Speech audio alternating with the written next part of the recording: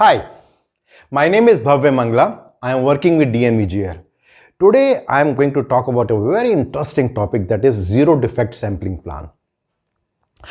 In our routine life, we always want things to be good. We don't think that anything should go bad and there should not be any up and down, things will go smoothly. But as per doctors, if the ECG is smooth, it means a person is no more. Something similar is in industry also.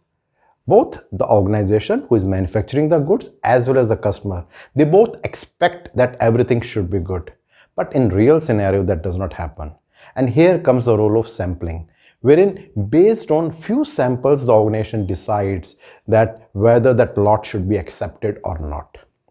As per clause number 8.6.6 of IATF 16949, I'm going to talk about 4 key points. And the first point is attribute, second is sampling, third is zero defect, and the fourth one is acceptance quality level. So let me start with the first point, attribute.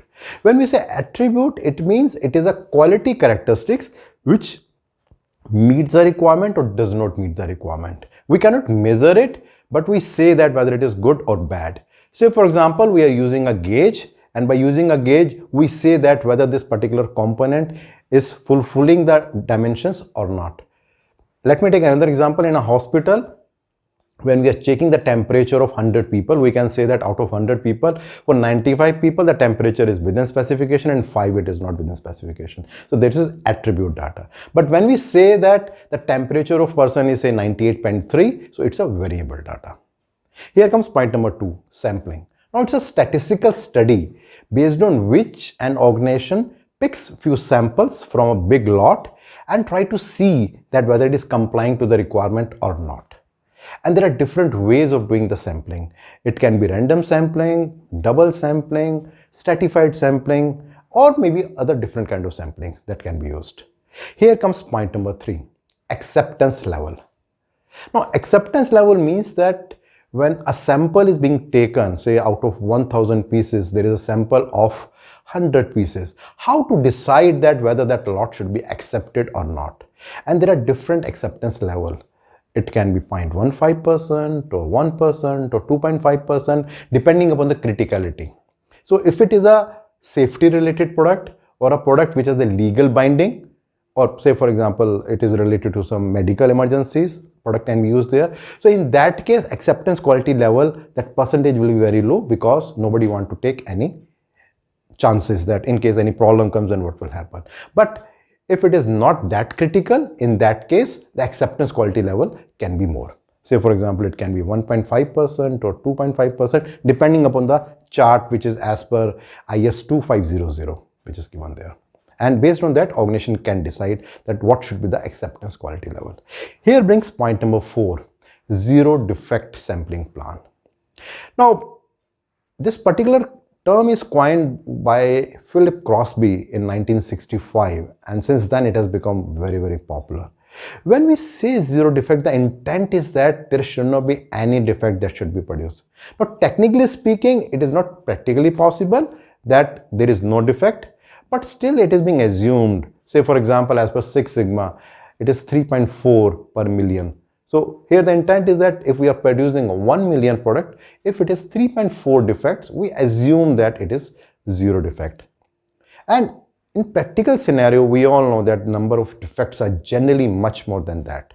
But this is broadly a definition. And as per IATF 16949, zero defect sampling plan is only for attribute data. Now here comes another point, that who will decide the acceptance level?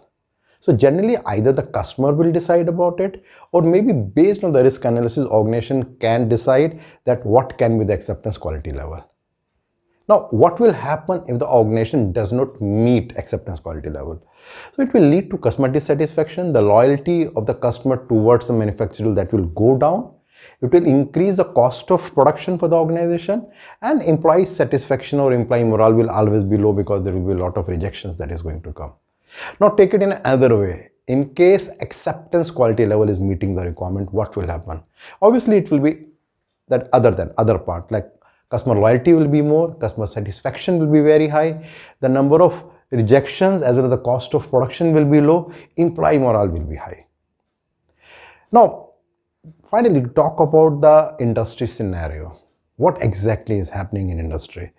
So if you see in most of the cases, irrespective of the lot size, maybe 100 pieces or 10,000 pieces, generally only 5 pieces are taken as sample and the report is made for that, irrespective of what is the acceptance quality level. Even if people are aware about the acceptance quality level, they are not very sure that from where this 1.5% acceptance quality level has come. If you look at the table, it talks about the acceptance quality level based on journal inspection level and special inspection level. Journal inspection level is generally used for attribute data, and special inspection level is generally used for variable data because the number of components that needs to be taken as sample is comparatively less in special inspection level. Another important thing is, which is quite interesting, is in journal, say for example, if a customer target for rejection is 1000 ppm, but if you see inside the organization, the acceptance quality level will be 2.5%, which is 25,000 ppm. So who is looking into it? So if I do the summary, I talked about 4 key things. I talked about attribute, then I talked about sampling, then zero defect, and then finally acceptance level.